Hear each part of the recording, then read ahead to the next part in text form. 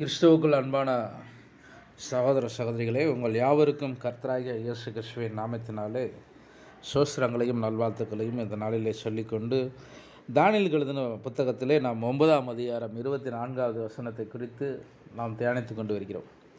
இந்த Gabriel தூதனானவன் Israel ஜனங்களுக்காக ஒரு செய்தியாளனாக புறப்பட்டு வருகிறான். இந்த யூதர்களுக்கான ஒரு செய்தியாளன் யார் என்று பார்க்கும்போது இங்கே காபிரியேல் தூதனானவனை அங்கே சொல்ல முடியும். இப்பொழுது இந்த தாவீது காபிரியேலானவன் இப்பொழுது தன்னுடைய செய்தியை எடுத்துக்கொண்டு இங்கே தானியேல் இடத்திலே அங்கே வருகிறதை கடந்த நாட்களிலே நாம் பார்க்கிறோம்.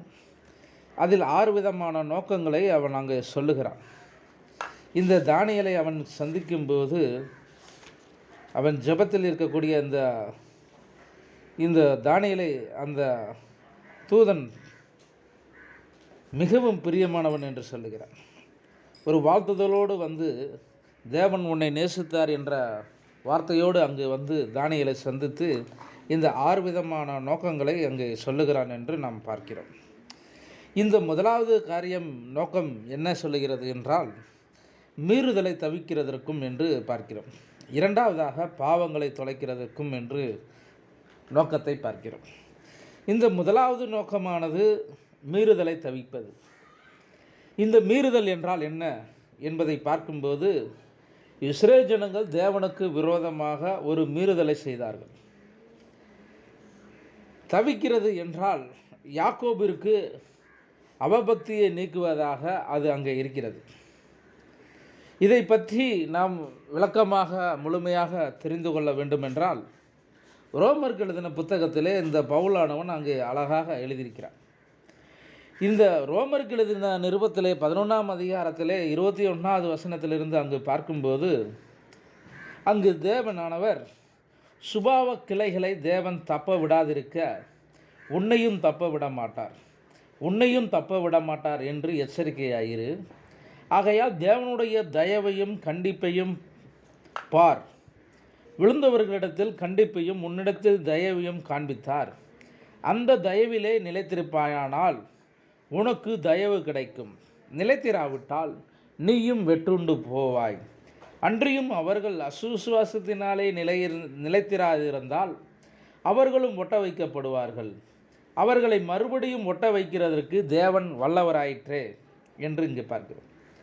அடுத்ததாக, சுபாவத்தின்படி காட்டொலிவ மரத்திலிருந்து நீ வெட்டப்பட்டு சுபாவத்திற்கு விரோதமாய் நல்ல ஒலிவ மரத்திலே ஒட்ட வைக்கப்பட்டிருந்தால்,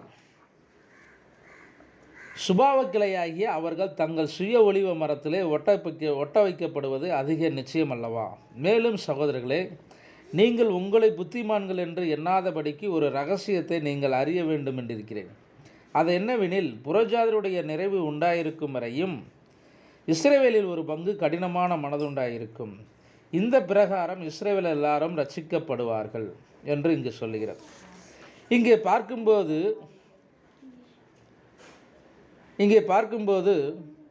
புறஜாதிகள் அங்கே வெட்டப்பட்டு இஸ்ரவேலர்கள் மீண்டும் அங்கே ஒட்ட வைக்கப்பட போகிற ஒரு காலமானது அங்கே உண்டாயிருக்கும் என்று நாம் இங்கே இந்த வசனமானது இங்கு சொல்லுகிறது.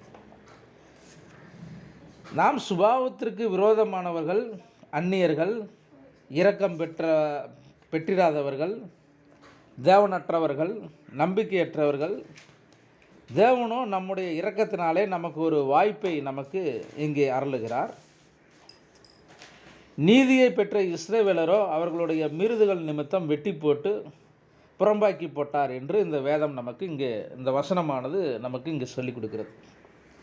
இந்த காட்டொலிவு மரத்தை சுபாவத்துக்கு விரோதமாக சுபாவ கிளையில் இங்கே ஒட்ட வைக்கிறார். இந்த சுபாவ கிளையாகிய அவர்கள் தங்கள் சுய ஒலிவ மரத்திலே ஒட்ட வைக்கப்படுவது அதிக நிச்சயம் அல்லவா என்று இங்கே நாம் பார்க்கிறோம்.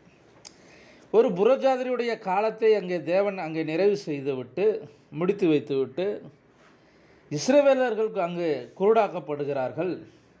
அவர்கள் பாவத்திற்குள்ளே சென்று தேவனுக்கு விரோதமாக ஒரு மீறுதலுக்குள்ளே அங்கே செல்கிறார்கள் என்று இந்த வசனமானது நமக்கு அங்கே சொல்லிக் கொடுக்கிறது.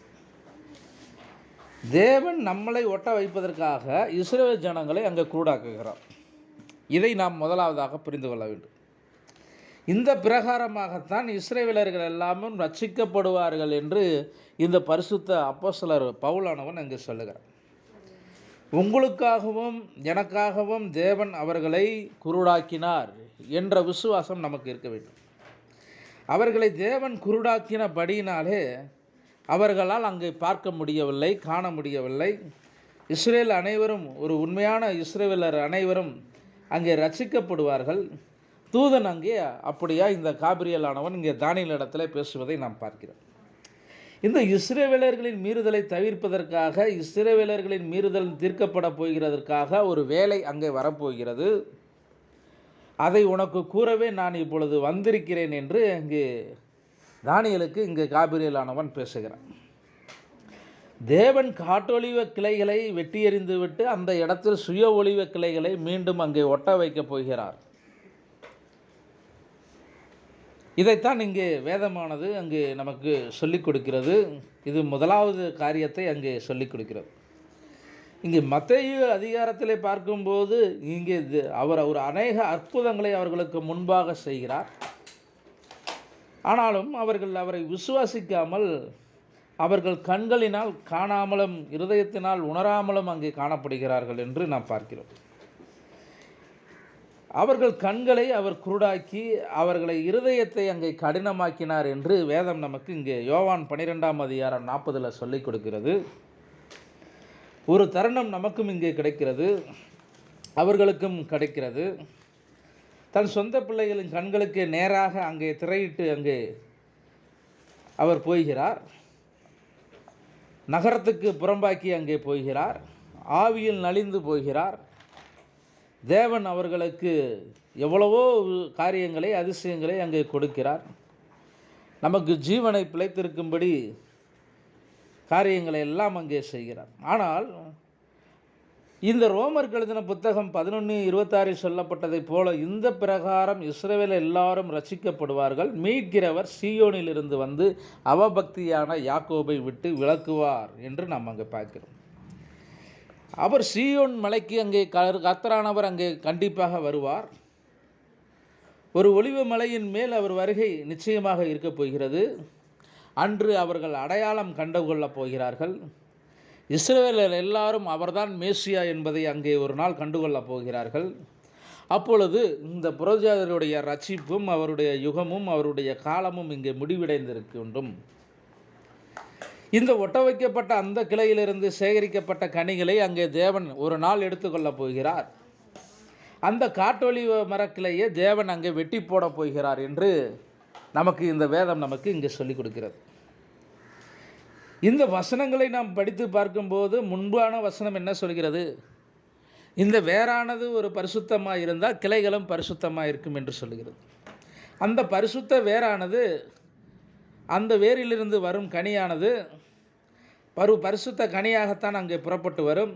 அந்த வேரானது கர்த்தராகிய இயேசு கிறிஸ்துவாக இருக்க வேண்டும் என்று இங்கு வேதம் நமக்கு அங்கு சொல்லுகிறது. அவர் தாவீதின் வேருமாக சந்ததியுமாக அங்கே இருக்கிறார். அவரிலிருந்து அந்த ஜீவனானது அங்கே புறப்பட்டு வருகிறது. அவர் யூத சந்ததியின் மூலம் வருகிறார் என்று இங்கே வேதம் நமக்கு இங்கே சொல்லுகிறது.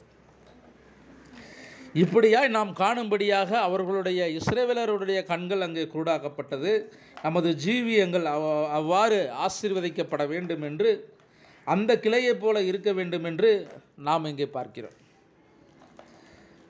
நம்மளுடைய வாய்ப்பை நாம் பெறும்படியாக ஒரு கணம் இங்கே இருக்கிறது என்று நாம் பார்க்கிறோம். ஒரு நோக்கத்திற்காக அவர்களை வெட்டி போட்டார்.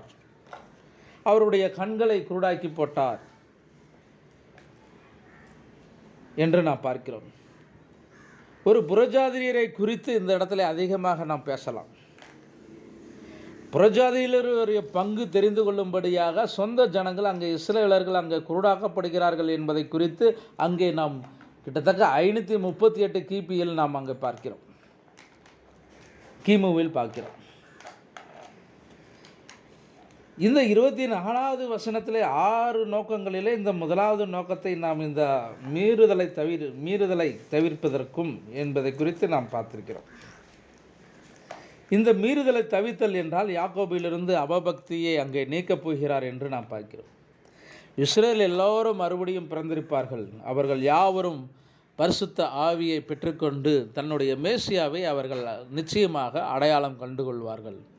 அது தானியேலின் கடைசி வாரமாகிய 70 வாரத்திலே அது 6ஆம் முத்திரையின் கீழே அங்கே நிகழ்வரும் என்று நாம் பார்க்கிறோம்.